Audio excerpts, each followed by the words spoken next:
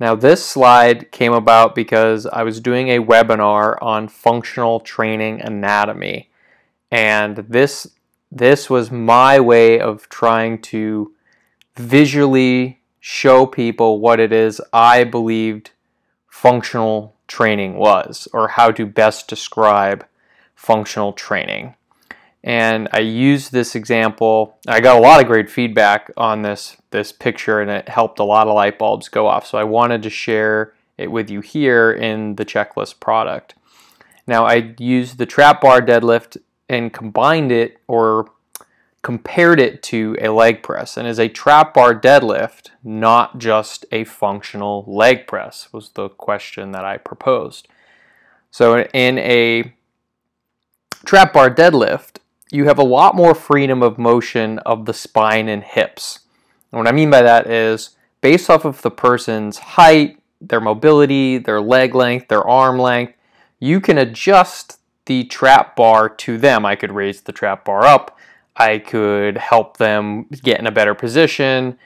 With a leg press, you are limited by the machine itself. So the machine is not very adjustable. The only thing that you can really adjust here is the height of, or where your feet can go, but you can't adjust the bench height. You can't, in most of them, you can't adjust the width of it, the narrowness. You can't accommodate or make it a regressed type exercise because you are stuck in the machine. So therefore, the trap bar deadlift allows us a lot more freedom of motion, which my second piece here is that it also allows for more setup options and more positioning options that the leg press doesn't allow for. And because of the leg press, where your spine, your lumbar spine, is the fulcrum at which the hips, knees, and ankles move. So if you should be limited in the ankles, knees, or hips, then it's gonna have to come from somewhere, and most likely, because your spine is fixed, it's gonna come from there.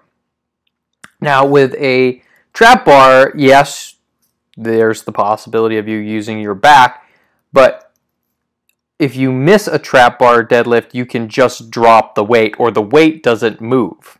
Whereas the leg press would compress you down, or possibly even crush you. So the positioning and the setup options and the freedom of motion of the spine and hips are much, much greater in a trap bar deadlift if something should go wrong than they are in a leg press. Now the big difference too is you get no grip training at all in the leg press, but in the trap bar you get a lot of grip training, and that grip training is super important for everything that we do and from a functional standpoint. You also get a lot of upper back engagement and core engagement that you don't get when you're laying back on a leg press. When you're laying down like this, you effectively take the core out of the exercise. And a trap bar, to not fall flat on your face or to be crushed like an accordion, you have to have a lot of posterior chain engagement and core engagement.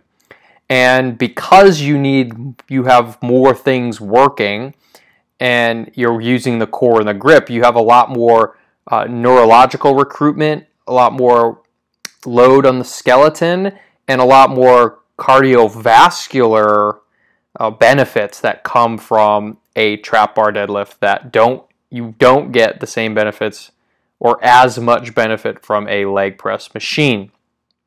So therefore, I would deem kettlebell or trap bar deadlift to be more optimal or more ideal for the transfer to life sport, fitness, and performance. Now there are occasional circumstances where you could make the case post-injury or very deconditioned, or someone who is in old age, that a leg press might be more beneficial, but for the most part, you can use your checklist and regressions and progressions to give the kettlebell deadlift or the trap bar deadlift, or some version of a deadlift, where you get all of these great benefits to everybody in their own way. Again, there's going to be a small percentage of people who don't, but for the most part, there's a way to give people deadlift.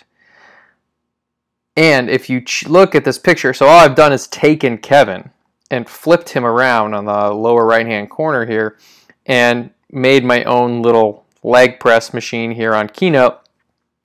And a trap bar is effectively a standing leg press. So therefore I would deem it to be more functional, and that's what functional means to me in a visual representation.